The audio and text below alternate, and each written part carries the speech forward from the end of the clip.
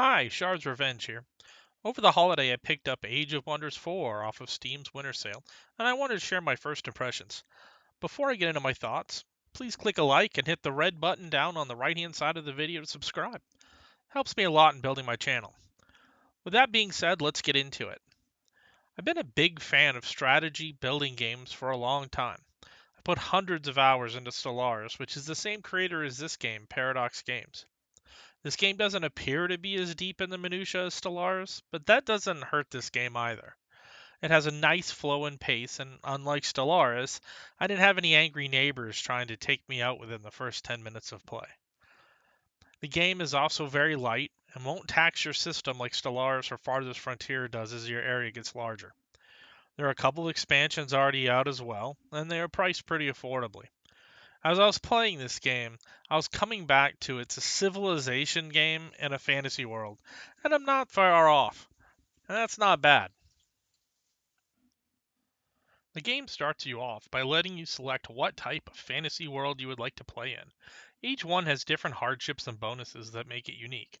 They are labeled in tier levels for their difficulty. You can also create your own using the presets from all the other worlds.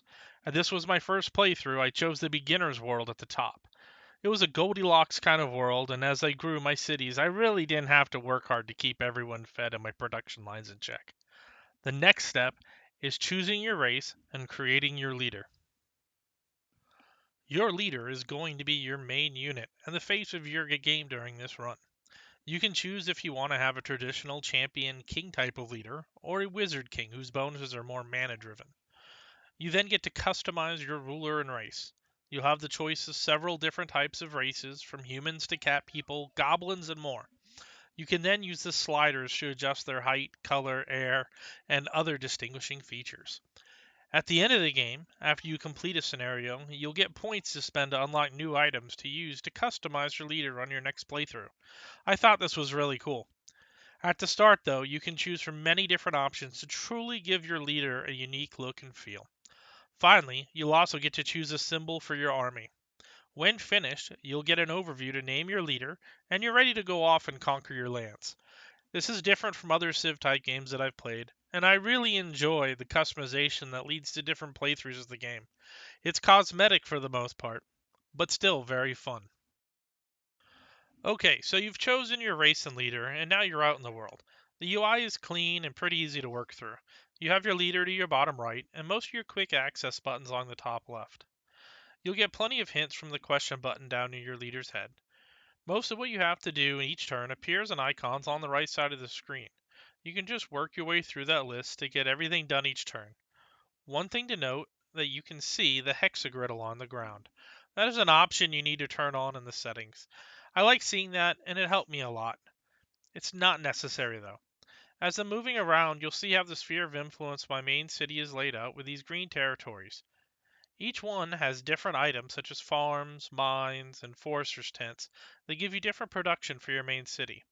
As your population grows, you can add more of these and grow your influence. There are also random monsters and enemies all over the place for you to battle. I didn't play too much with the manual battle. I used the AI battle, and it was pretty spot on with what it tells you your odds are for winning. As your power grows and your city expands, your city's look will change as well. This isn't a new feature for Civ games, but they did a really good job on the look and feel of the cities. I apologize if I'm skipping over anything.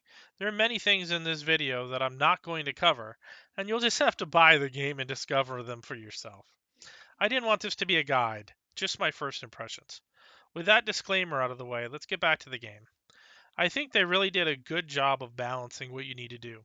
In these 4X games, you have to build your cities, build your army, manage production, and explore, which leads to managing diplomacy. Thankfully, I didn't run into a nuclear Gandhi on my playthrough. Also, note that I played this on the beginner stage. As the stages and difficulty get harder, the balance of items I just mentioned will be much more difficult to accomplish, and that's the fun of this type of game for me. Since this is a turn based game, I never felt rushed to make a decision. Sometimes you can leap before looking, though, and it can be costly. It's also very beneficial to take your time choosing how you're going to build up your cities. You'll get to choose something to build and a unit to create. Each will take a certain amount of gold and a certain amount of turns to create. Well-balanced cities grow faster, and in my case help lead me to winning from expansion. Much like a civilization games, you can win several ways. There's a magic, conquer, and expansion plan for winning. I had to gain the most land, and then go through a few other tasks to secure my victory. Here we are an hour or so into the game, and I wanted to show you how nice the world looks. From here you can see some units, an outpost that I built. There is one of the namesake wonders of the world there as well. I'll talk about those in a moment. One item I didn't get to put on video was that there is also an underworld as well. This was a pleasant surprise for me. There are different locations where you can go underground and play just like on the normal land. We're also going to get our first taste of diplomacy. While playing, you're going to run into two types of other contacts: city states and other AI players. What I run into here is a city state. You can negotiate and work with them to grow their liking for you. Eventually, they can become a vassal of yours and you'll trade and commit resources to you. After a while, they can be absorbed into your country and you'll completely take over management. I really like this. It was very clear and easy to work through. Much like Civ games, when you absorb or acquire a new city, there will be unrest. You'll need to build buildings that will help stabilize things. In most cases, and as it was with me, it's a bathhouse that you have to build that did the trick. Their leader will also become a hero for you and will be a very powerful unit to battle with. You'll also run across wonders throughout the world, which you'll need to have one of these heroes or multiple heroes to clear out. They have a very D&D feel to them and offer huge bonuses to clearing and annexing them into your city. I wanted to also show you how a small battle goes down. You'll see that my army has my leader and a few other different type units. You can have up to 6 different units under one army. In this case, I just used the AI battle, and as you can see, it goes down pretty quickly. I did accidentally click on manual battle once, and it was a sea battle, and it ended very badly for me. That's a whole part of the game I'll just have to get into and still learn. The game is still plenty of fun even without it. Personally, had the developers just left manual battle out, I don't think it would have been missed. That's where the minutia of this game comes into play. In Stellaris, you had to create landing parties and manage each planet to fully optimize its production. This game has its manual battle. There are movement speeds, action points, individual magic, overall spellbook magic, morale. You get the point. You can understand why I chose to go with AI battle for my first playthrough. A lot of the game is quietly managing and growing your cities, working down your to-do list, keeping up on your city production, creating units, adding vassals. Every 15 or so turns, there's also going to be a gathering where you can summon a special unit to your main city from your vassals. This is a cool way to get new special units and give your army some diversity.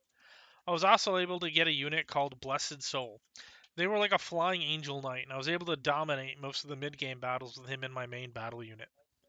As you can meet more city-states, you'll also be able to negotiate with them using what is called a Whispering Stone. You start with one and will eventually get up to 3. Each city-state with a stone will grow its like for you as you do different interactions with them. They are always having either unrest, throwing a party, or needing advice.